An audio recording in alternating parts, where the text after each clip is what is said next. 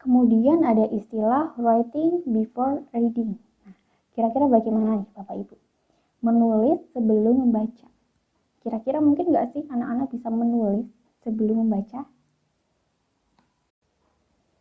Jadi, writing atau menulis adalah proses anak sejak menggoreskan sebuah permukaan dengan alat tulis, mencoret-coret, menggambar simbol atau objek, menyalin kata hingga mencongat, menulis sebuah kata hingga mengarang cerita.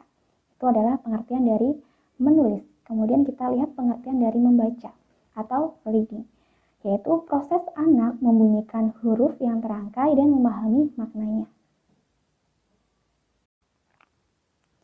Lalu di mana proses menulis itu berlangsung? Ya, kira-kira di mana? Oke, kita bahas satu persatu.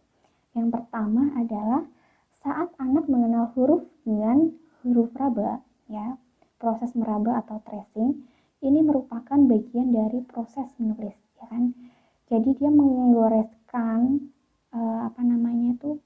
misal kartu huruf ya, dia kan ada tracingnya. Nah, dia menggoreskan seperti ini, itu adalah bagian dari proses menulis. Seperti itu. Itu tahap awal menulis.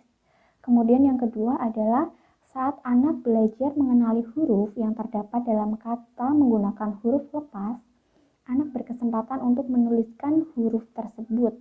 Jadi saya ada kartu, ya, itu ada silabel huruf ya namanya. Nah, itu huruf lepas. Nah, ketika dia sudah menggabungkan huruf, kemudian ada tracingnya juga, dia berkesempatan untuk mencoba untuk menebalkan. Nah, menebalkan ini juga bagian dari proses belajar menulis. Dan yang ketiga adalah saat anak belajar mengenali huruf melalui lembar kerja dengan menebalkan garis titik-titik yang membentuk huruf. Jadi sering ya kita memberikan lembar kerja untuk menebalkan. Nah, di sini dia juga sedang proses belajar menulis, bahkan lebih menguasai menulis ya, karena kan hanya menggoreskan, menebalkan. Nah, seperti itu. Jadi mungkin itu yang disebut istilah writing before reading. Jadi menulis dulu sebelum membaca. Seperti itu. Kemudian yang keempat adalah saat anak menggambar atau mewarnai berdasarkan pengalaman serunya. Nah, ketika anak mewarnai atau menggambar itu adalah bagian dari proses menulis ya. Bagaimana dia memegang pensil yang baik, kemudian menggoreskannya dengan tandas, dengan jelas, seperti itu. Karena anak-anak yang jarang mewarnai, tidak suka mewarnai atau melukis, ketika dia memegang pensil, dia akan mengambang, tidak jelas, seperti itu. Nah, kita bisa melatihnya dengan kegiatan menggambar atau mewarnai. Kemudian akan muncul pertanyaan besar, kapan anak siap belajar membaca? Ya kan? Kira-kira banyak yang bertanya. Kira-kira usia berapa sih Bu anak bisa belajar membaca? Mulai kapan sih anak bisa belajar membaca?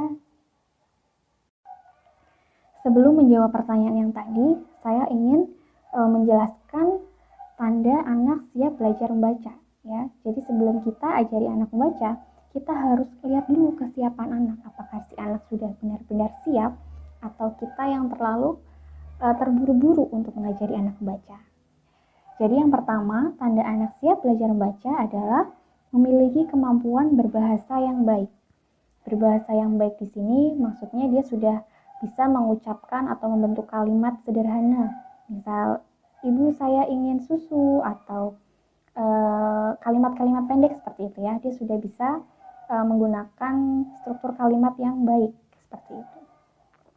Sudah memiliki kata yang banyak ya, tabungan kata yang banyak, sehingga ketika dia ingin mengungkapkan sesuatu, dia tidak hanya menunjuk-nunjuk seperti itu. Kemudian yang kedua, dia mulai tertarik dengan huruf dan angka.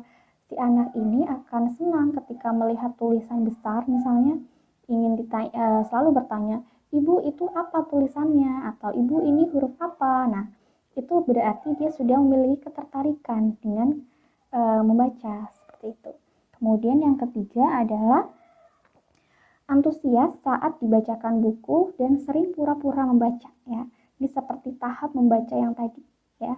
Jadi memang tahap ini tidak boleh terlewat ketika kita ingin mengajari anak membaca. Kita harus melihat apakah si anak ini sudah antusias ketika kita bacakan cerita, Nah, itu bisa menjadi tanda si anak siap atau belum ketika kita mengajari membaca. Kemudian yang keempat adalah mampu memahami simbol, ya, baik itu simbol huruf atau simbol bangun ruang misalnya, sudah bisa membedakan kanan dan kiri, seperti itu.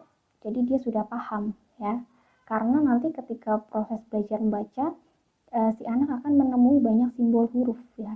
Ada 26 jenis huruf yang berbeda, dan ketika digabung akan membentuk suatu kata, suatu kalimat. Sehingga ini adalah dasar si anak untuk bisa menghafalkan huruf simbol itu. Jadi si anak harus paham dulu, mampu memahami dan mampu hafal lah ya, ibaratnya dia sudah hafal huruf ABC itu.